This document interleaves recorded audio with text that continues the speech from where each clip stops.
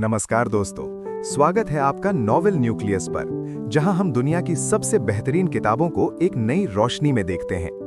क्या आपने कभी महसूस किया है कि आप कुछ नया बनाना चाहते हैं, लेकिन दिमाग में कोई आइडिया ही नहीं आ रहा?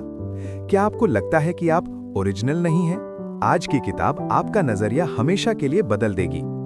ऑस्टिन क्लियॉन कहते हैं कि दुनिया में कुछ भी ओरिजिनल नहीं होता। वो कहते हैं, स्टील लाइक एन आर्टिस्ट। नहीं, इसका मतलब चोरी करना नहीं है, इसका मतलब है सीखना। आज हम समझेंगे कि कैसे बड़े बड़े कलाकार दूसरों के आइडियाज को लेकर उन्हें कुछ नया बनाते हैं।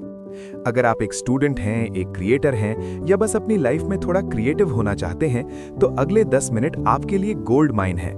तो चलिए क्रिएटिव बनने का सीक्रेट अनलॉक करते हैं। ऑस्टिन क्लियॉन पहली बात ही बहुत बड़ी बोलते हैं, all creative work builds on what came before. हर नया आइडिया पुराने आइडियाज का एक मिक्सचर होता है। सोचिए, एक बच्चा कैसे पैदा होता है? वो अपने माँ और बाप के जीन्स का मिक्सचर होता है। वो बिल्कुल नया है, लेकिन उसके अंदर पुराना ही है। आइडियाज भी ऐसे ही होते हैं। डेविड बुई ने एक बार कहा था, "The only art I'll ever study is stuff that I can steal from." इसका मतलब ये है कि कलाकार वो होता है जो ये देखता है कि क्या चुराने लायक है और क्या नहीं।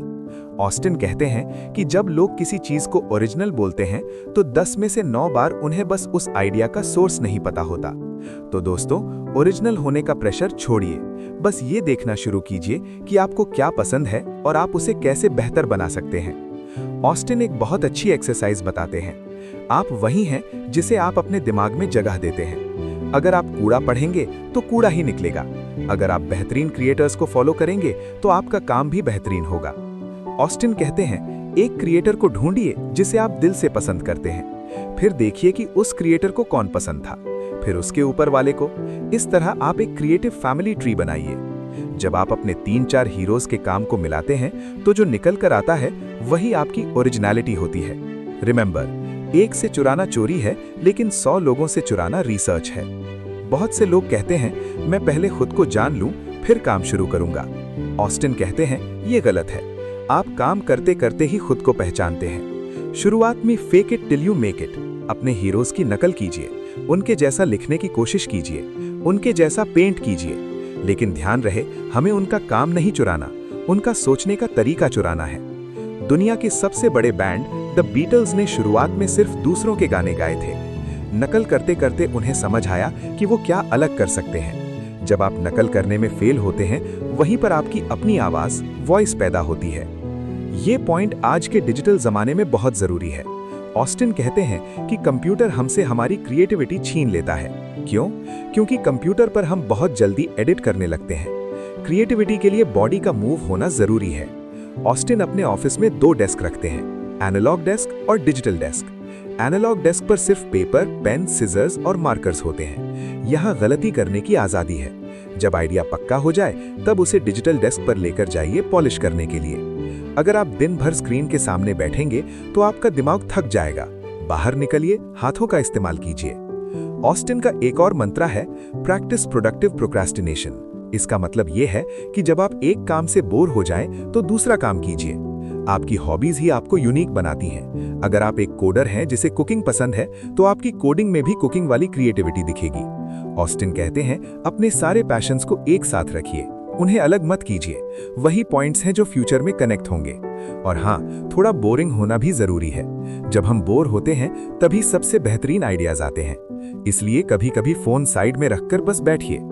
पहले के जमाने में कलाकार को मशहूर होने के लिए गैलरी या पब्लिशर चाहिए था। आज आपके पास इंटरनेट है। ऑस्टिन कहते हैं, अपना सीक्रेट मत रखिए, अपना प्रोसेस शेयर कीजिए। लोग आपके फाइनल प्रोडक्ट से ज्यादा आपके काम करने के तरीके में इंटरेस्ट रखते हैं।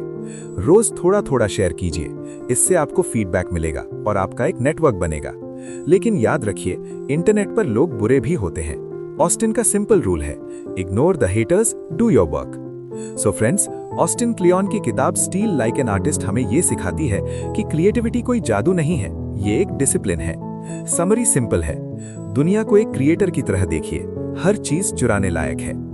अपने हीरोज की लिस्ट बनाइए और उनसे सीखिए। हाथों का इस्तेमाल कीजिए, सिर्फ कंप्यूटर का नहीं। अपने सारे पैशंस को एक साथ रखिए और सबसे जरूरी, be nice and stay smart. Creativity का मतलब ये नहीं कि आपने कुछ ऐसा बनाया जो पहले कभी था ही नहीं। क्रिएटिविटी का मतलब ये है कि आपने पुराने टुकड़ों को इतने सुंदर तरीके से जोड़ा कि वो नया लगने लगा।